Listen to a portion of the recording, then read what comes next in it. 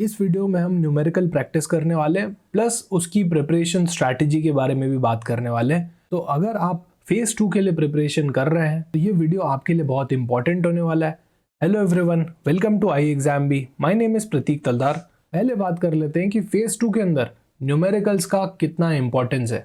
2020 के अगर एग्जाम की बात करें तो फेज 1 के अंदर 2 न्यूमेरिकल आए थे, फेज 2 के अंदर 9 न्यूमेरिकल क्वेश्चंस आए थे। 2022 की बात करें सिर्फ एक न्यूमेरिकल आया था फेज 1 के अंदर, पर फेज 2 के अंदर 11 न्यूमेरिकल्स आए थे। 2024 की बात करें फेज 1 के अंदर सिर्फ 2 न्यूमेरिकल्स आपके आए हैं। फेज 2 के अंदर you can expect anywhere around 8 to 12 numericals. यहाँ इनका वेटेज एनीवेयर अराउंड 16 to 24-25% तक जा सकता है। ये आपके लिए मेक और ब्रेक हो सकते हैं फेज 2 के लिए। न्यूमेरिकल्स आपको बहुत अच्छे से आने चाहिए फेज 2 के लिए, भले ही आप एक कॉमर्स बैकग्राउंड से या फिर आप इंजीनियरिंग बैकग्राउंड से, डजंट मैटर। न्यूमेरिकल्स के ऊपर थोड़ा सा कमांड आपको यहाँ पे इम्प्रूव करना पड़ेगा। टॉपिक्स की अगर मैं बात करूं तो रेशियो एनालिसिस के ऊपर जरूर आप एक न्यूमेरिकल एक्सपेक्ट कर सकते हैं। इन्वेंट्री वैल्यूएशन का जो आपका अकाउंटिंग स्टैंडर्ड है AS2, उससे भी कुछ क्वेश्चंस आपके एग्जामिनेशन में आए थे पहले। डेप्रिसिएशन से भी क्वेश्चन था। अच्छा, पहले डेप्रिसिएशन AS6 में कवर्ड था, आजकल AS10 यानी कि प्रॉपर्टी प्लांट एंड इक्विपमेंट के अंदर कवर्ड है। फॉरेक्स से रिलेटेड क्वेश्चन थे। मार्जिनल कॉस्टिंग, ये बड़ा एक इंपॉर्टेंट टॉपिक होने वाला है आपका। यूनिट कॉस्टिंग से भी क्वेश्चन डायरेक्टली आए हुए थे। तो ये सारे जो टॉपिक्स हैं इनसे पहले क्वेश्चन आ चुके हैं। मैं भी आपको कुछ क्वेश्चंस प्रैक्टिस तो करवाने ही वाला हूँ। बीच बीच में हम कुछ प्रीवियस ईयर क्वेश्चंस भी सॉल्व करते रहेंगे। सो MCQs के लिए आज पार्ट 1 वीडियो है। आने वाले टाइम में आपके और भी पार्ट्स यहाँ पे आने वाले हैं। अभी पहले एक बार बात कर लेते हैं स्ट्रैटेजी की। तो न्यूमेरिकल की स्ट्रैटेजी सबसे ये रहेगी कि आपका यहाँ पे फाउंडेशन जो है, फाउंडेशन कॉन्सेप्ट्स हैं आपके अकाउंटिंग के, कॉस्टिंग के, फाइनेंस के, ये अच्छे होने चाहिए काफी। एक एवरेज लेवल का न्यूमेरिकल आप तभी सॉल्व कर पाएंगे जब आपके फाउंडेशन कॉन्सेप्ट्स बड़े अच्छे होंगे। काफी बार न्यूमेरिकल के अंदर आप प्रोसीड ही नहीं कर पाओगे अगर आपके बेसिक्स ही स्ट्रांग नहीं है। सेकेंड थिंग, अगर आपको कॉन्सेप्ट बहुत अच्छे से पता है तो 80 to 90% चांस है कि आपको फॉर्मूला याद रखने की ही नीड नहीं पड़ेगी। से फॉर एग्जांपल आपको रिटर्न ऑन इक्विटी का फॉर्मूला बनाना है। कॉन्सेप्ट अगर आपको अच्छे से पता है तो आपको फॉर्मूला बिल्कुल यहाँ पे याद नहीं रखना है। रिटर्न ऑन इक्विटी मतलब रिटर्न इज ऑन इक्विटी। अभी यहाँ पे रिटर्न क्या हो सकता है इक्विटी के ऊपर जो आप कमाओगे? तो आपका profit which is available for equity share holders, मतलब सारे खर्चे हटाने के बाद, टैक्सेशन पे करने के बाद, प्रेफरेंस को भी डिविडेंड पे करने के बाद जो बच गया, इक्विटी शेयर होल्डर का profit divided by your equity share holder का फंड। अभी ये परसेंटेज में होता है तो इसको 100 से हमको मल्टीप्लाई करना होता है। वर्ड जो है वो खुद ही बोलता है रिटर्न इज ऑन इक्विटी। इसका फॉर्मूला तो आपको याद करने की नीड ही नहीं है। Return on capital employed, again return divided by capital employed. यहाँ पे रिटर्न का मतलब चेंज हो जाएगा क्योंकि यहाँ नीचे आपका कैपिटल एम्प्लॉयड आ रहा है। वैसे ही रिटर्न ऑन एसेट के अंदर आपका वापस रिटर्न का मतलब चेंज हो जाएगा। अगर आपके यहाँ पे कॉन्सेप्ट्स बहुत अच्छे हैं तो फिर मेजॉरिटी ऑफ द केसेस के अंदर आपको फॉर्मूला याद करने की नीड नहीं पड़ेगी। जिसके कॉन्सेप्ट अच्छे नहीं है उसको लास्ट डे थोड़ा स्ट्रगल होगा फॉर्मूला याद रखने में भी। तो मेक श्योर आप समझ के चीजें कर रहे हो। यहाँ पर रटने से काम नहीं चलने वाला है। 100 क्या आप 10,000 क्वेश्चन भी रट लोगे तो एग्जामिनेशन के अंदर गलती कर सकते हो अगर आपके कॉन्सेप्ट स्ट्रांग नहीं है तो। Next thing, practice multiple times. जो कॉन्सेप्ट्स हैं उनको आपको मल्टीपल टाइम्स प्रैक्टिस करना पड़ेगा। ये 1-2 बार 10 बार का गेम नहीं है, इसको मल्टीपल आपको रिविजन देने पड़ेंगे। More than one way to solve, ये मैं आपको इस सीरीज के अंदर डेफिनेटली बताऊंगा कि एक न्यूमेरिकल को सॉल्व करने के 1 से ज्यादा वेज होते हैं। आपको ये आना चाहिए। सेबी जनरल एक कॉम्पिटिटिव एग्जाम है, यहाँ पे हमको सही आंसर निकालना ही सब कुछ नहीं होता। सही आंसर कम टाइम में निकालना, ये दोनों चीजों का कॉम्बिनेशन आपको एग्जाम क्लियर करवाने वाला है। All the formulas at one place, सारे के सारे फॉर्मूलाज आपके, भले ही अकाउंट्स के हुए, कॉस्टिंग के हुए, फाइनेंस के हुए, इकोनॉमिक्स के हुए, सारी जो भी कॉन्सेप्ट्स हैं प्रैक्टिकल न्यूमेरिकल से रिलेटेड, ये एक जगह आपके पास होने चाहिए। एग्जाम से कुछ दिन पहले, 1-2 दिन पहले आपको अगर रिवाइज करना है, 1 घंटे पहले भी रिवाइज करना है, तो आप सीधा उस बुक को खोलेंगे जहां पे आपके सारे के सारे फॉर्मूलाज रिटर्न है। उसको एक बार में आप पढ़ लेंगे तो आपको न्यूमेरिकल्स के अंदर यहाँ पे कॉन्फिडेंस आ जाएगा, फियर आपका यहाँ पे खत्म हो जाएगा। एक ही जगह पे सारे न्यूमेरिकल्स के फॉर्मूला होना बड़ी एक इंपॉर्टेंट स्ट्रैटेजी है। And always prefer conceptual understanding over quantity. 10,000 20,000 numerical solve करने से आपके चांसेस नहीं बढ़ जाएंगे। अगर आपने कॉन्सेप्चुअल अंडरस्टैंडिंग सॉल्व कर ली, उस न्यूमेरिकल के पीछे के कॉन्सेप्ट को समझ लिया, उससे आपके चांसेस बहुत बढ़ जाएंगे। भले ही फिर आपने 100-200 न्यूमेरिकल भी अगर प्रैक्टिस कर रखे होंगे, पर तरीके से प्रैक्टिस कर रखे हो, समझ समझ के कर रखे हो, that will give you an edge over the other candidates who are going on quantity. I have told this multiple times कि फोकस ऑन द कॉन्सेप्ट्स जिनसे न्यूमेरिकल्स आपके सॉल्व होते हैं। उन कॉन्सेप्ट्स को बार बार पढ़ना is far more better than 1000 10,000 numericals को प्रैक्टिस करना। क्वांटिटी सिर्फ कंफ्यूजन लेके आएगी आपके लिए एग्जामिनेशन के अंदर, कॉन्सेप्ट बिल्डिंग आपको क्लैरिटी देगा। एक और इन्फॉर्मेशन आपको देना चाहूंगा, फेज 2 के लिए एक न्यू बैच अनाउंस हो गया है 6 अगस्त से। इसको आप ज्वाइन करके प्रिपेयर कर सकते हो अपने फेज 2 एग्जामिनेशन के लिए।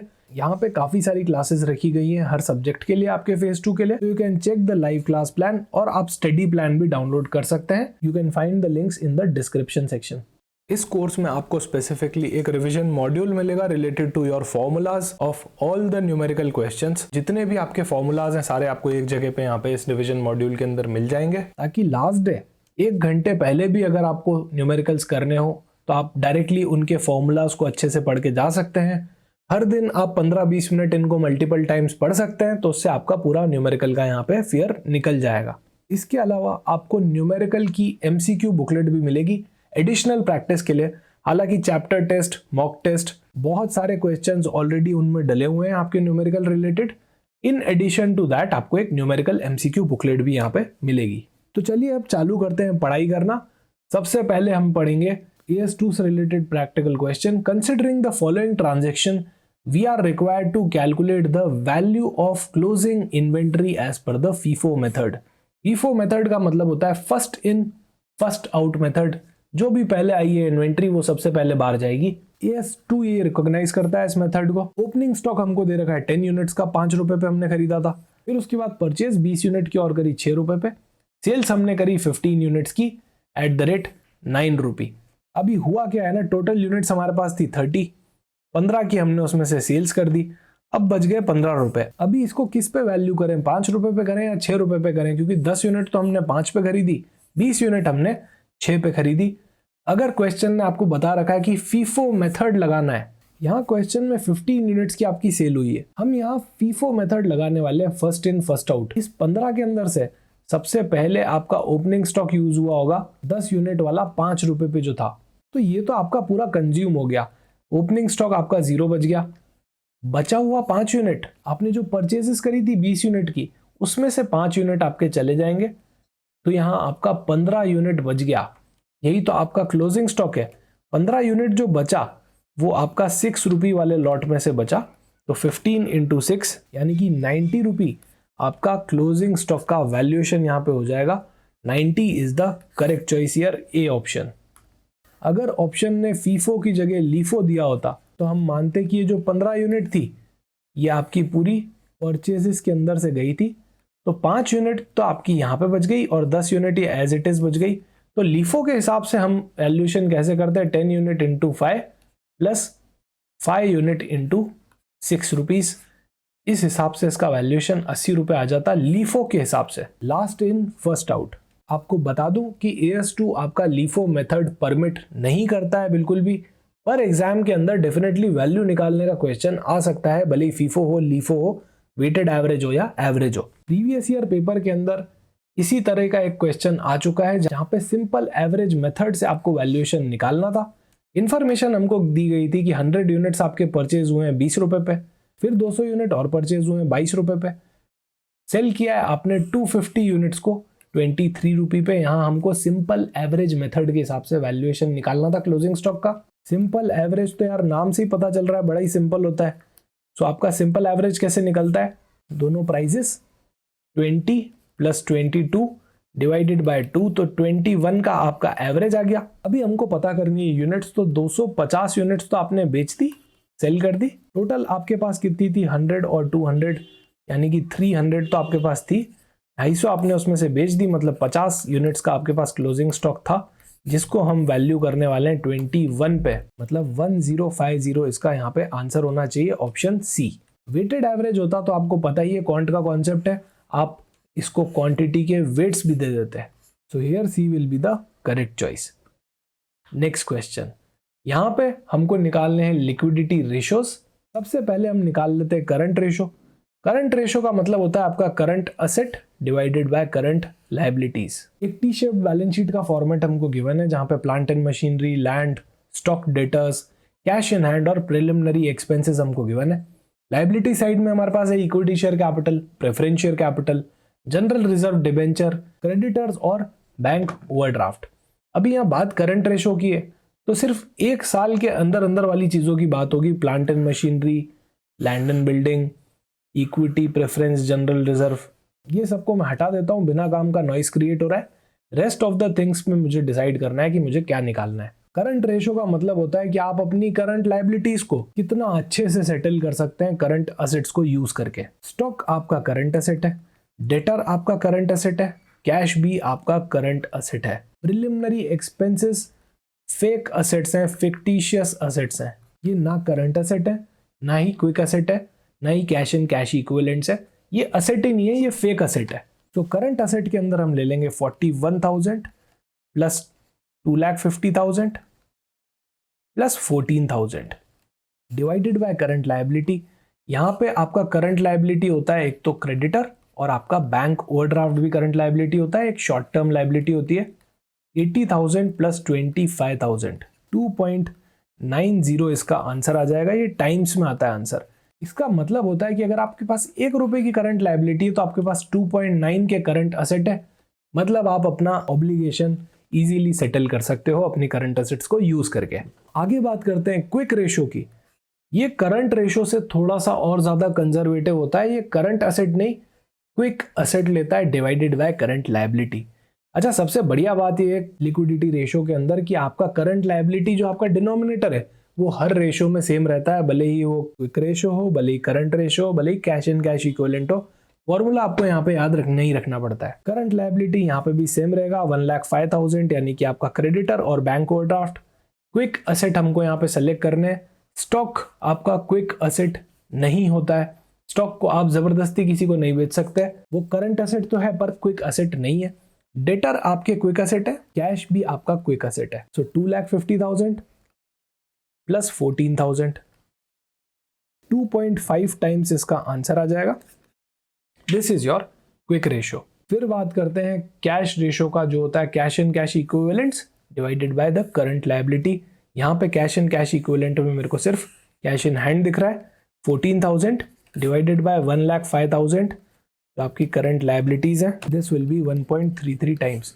अच्छा, अगर ये एक साथ आ जाते हैं आपके current ratio, quick ratio, cash and cash equivalent तो बहुत बढ़िया है। करंट लायबिलिटी यानी कि आपका डिनोमिनेटर सिर्फ एक बार निकालना है तीनों के अंदर, राइट। तीनों में कॉमन आपका यूज आ जाएगा, बार बार आपको सिर्फ न्यूमरेटर असरटेन करने की नीड पड़ेगी। अच्छा, अगर यहाँ पे प्रिलिमिनरी एक्सपेंसेस की जगह प्रीपेड एक्सपेंस दिया होता तो फिर क्या होता, तो उसकी बात कर लेते हैं। अगर आपका प्रिलिमिनरी एक्सपेंस की जगह प्रीपेड एक्सपेंस दिया होता तो आपके करंट रेशो पे डेफिनेटली फर्क पड़ता, क्योंकि करंट असेट का पार्ट होता है प्रीपेड एक्सपेंस। आपके क्विक रेशो पे कोई भी फर्क नहीं पड़ता क्योंकि ये क्विक असेट्स का पार्ट नहीं होता है।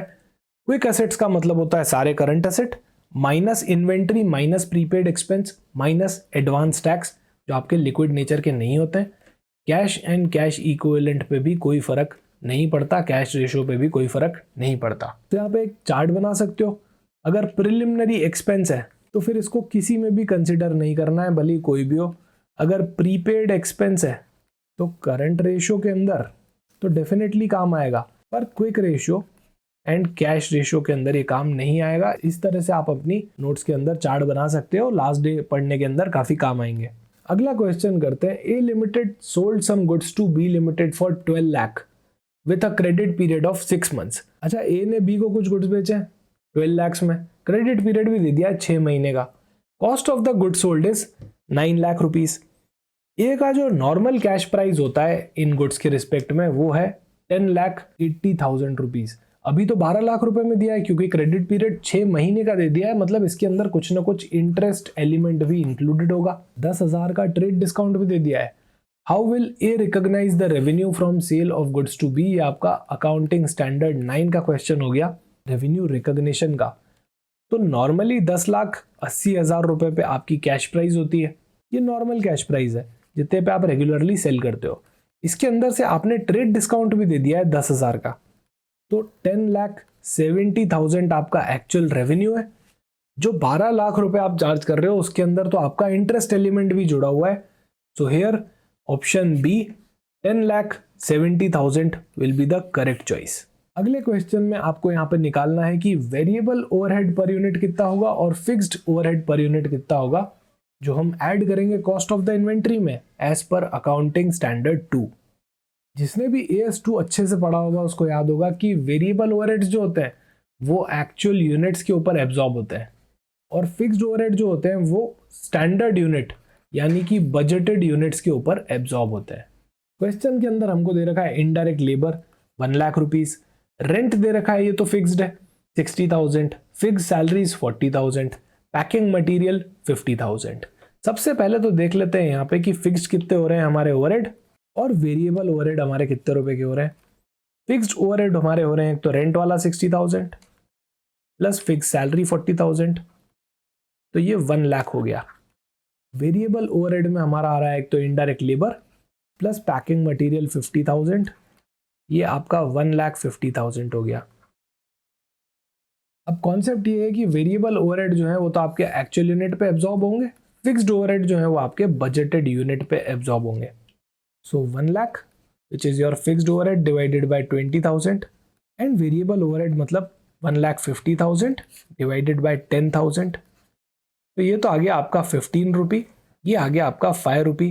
क्वेश्चन में आपसे पहले वेरिएबल ओवरहेड पूछे और उसके बाद फिक्स्ड ओवरहेड पूछे रिस्पेक्टिवली, तो 15 and 5 is the correct choice.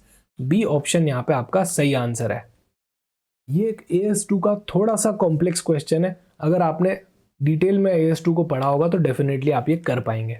Next बात करते हैं, अ dealer has purchased 10 cars costing 2,80,000 each on a deferred payment basis, 25,000 per month हो दे रहे हैं 12 इंस्टॉलमेंट में। At the year and 31 March 2 car आपकी स्टॉक में बच गई है। हमको क्या निकालना है, हमको cost of the goods sold निकालना है, तो ये तो बहुत ही सॉर्टेड है। 10 कार्स हमारे पास टोटल थी, 2 उसमें से बच गई है तो 8 बिक चुकी होगी। इन 8 की हमको कॉस्ट निकालनी है। 10 कार की कॉस्ट थी 2,80,000 ईच, तो 8 कार की कितनी कॉस्ट हो जाएगी, 8 कार्स इंटू 2,80,000, 22,40,000 यहाँ पे आपका आंसर हो जाएगा। A is the correct choice here. ये क्वेश्चन आपका प्रीवियस ईयर पेपर के अंदर आ चुका है 2022 के अंदर। AS2 से रिलेटेड काफी क्वेश्चंस आए थे। वैल्यूएशन ऑफ इन्वेंट्री हमको यहाँ पे निकालनी है। परचेज प्राइस हमको दे रखी है 2,000 रुपी। फिर ट्रेड डिस्काउंट हमको दे रखा है, ट्रेड डिस्काउंट को तो हम लेस कर देते हैं हमेशा। कैश डिस्काउंट का हम कुछ नहीं करते, उसको इंक्लूडेड ही रहने देते हैं।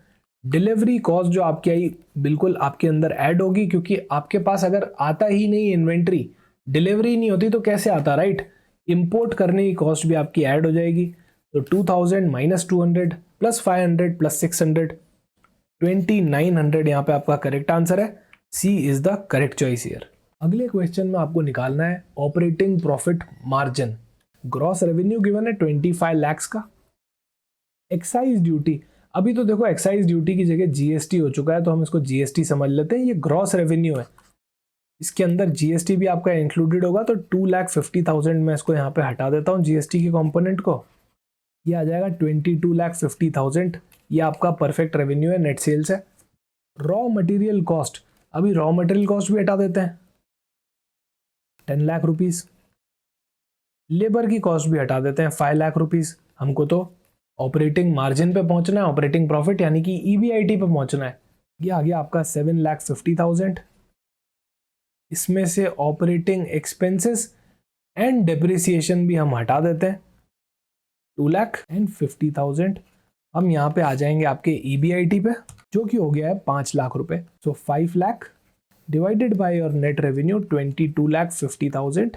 करेक्ट आंसर आपका यहाँ पे हो जाएगा 22.22%।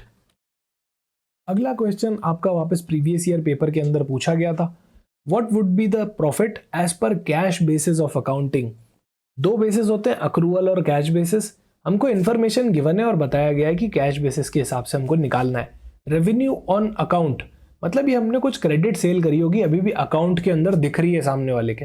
कैश सेल्स, तो ये तो सीधा आपका रेवेन्यू बुक हो जाएगा cash sales. Revenue on account को हम इग्नोर करेंगे, अभी लेना ही बाकी है उससे पैसे। Salary is paid in cash, तो कैश में आपने 50,000 रुपए की सैलरी कर दी, एक्सपेंस कर दिया। Ticket purchased for ₹11,500 for the next year. अरे ये तो खर्चा अगले साल का है, पर हमको कोई मतलब नहीं खर्चा किस साल का, क्योंकि हम तो कैश बेसिस फॉलो कर रहे हैं। हमने पे कर दिया, मतलब बात खत्म हो गई। इसी साल हम उसको माइनस कर देंगे प्रॉफिट निकालने के लिए। ये आपका आ गया 8,500, बी आपका यहाँ पे करेक्ट ऑप्शन हो जाएगा। अगला question, a company issues 5 lakh shares in the market, the face value of each share is ₹2। अच्छा, फेस वैल्यू हमको गिवन है ₹2, फिर उसके बाद बुक वैल्यू गिवन है हमको ₹10 और मार्केट वैल्यू भी गिवन है ₹15। अब सब कुछ तो दे दिया, निकालना क्या है, what is the net worth of the company. हमको नेटवर्थ निकालनी है कंपनी की। नंबर ऑफ शेयर्स हमको पता है 5 लाख है यहाँ पे। अच्छा, जिसको भी इन वैल्यूज का मतलब पता है कि face value, book value, market value क्या होती है, वो आराम से क्वेश्चन कर पाएगा। बुक वैल्यू का मतलब होता है सारी की सारी आउटसाइड लायबिलिटीज अगर मैं सेटल कर दूं तो मेरे पास अल्टीमेटली कितना पैसा बच जाएगा, मतलब ऑल असेट्स माइनस मेरी लायबिलिटीज, ये तो मेरी नेटवर्थ हो जाएगी। तो मतलब अगर मेरी कंपनी आज का आज ही लिक्विडेट हो जाए तो हर शेयर होल्डर को कितने रुपए मिल जाएंगे, that is nothing but book value of share. तो ये मेरी नेटवर्थ ही बता रहा होता है। तो इसको कैसे निकाला होगा, net worth divided by number of shares. ये तो पर शेयर वैल्यू है तो नंबर ऑफ शेयर से तो डिवाइड किया ही होगा।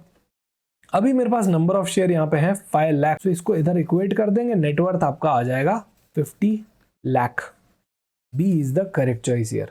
ये टर्मिनोलॉजीज के मतलब अच्छे से पता होने चाहिए, ये रिलेशन कभी भी यहाँ पे काम आ जाता है किसी भी क्वेश्चन में। अगले क्वेश्चन की बात करते हैं जो रिलेट करता है आपका कैश फ्लो स्टेटमेंट से। इसका आंसर आप लोग मुझे देंगे कमेंट सेक्शन के अंदर। Determine the cash flow from investing activity during the year based on the following. Cash flow from operating activity आपका 50,000 गिवन है, cash flow from financing activity 25,000, net increase and decrease in cash during the year is 40,000। इसका क्या answer होना चाहिए, do let me know in the comment section. मिलते हैं अगले video के अंदर और वहां पे ये वाला आंसर डेफिनेटली डिस्कस करेंगे। Thank you so much for watching this video. Join iExamBee and prepare 50% faster.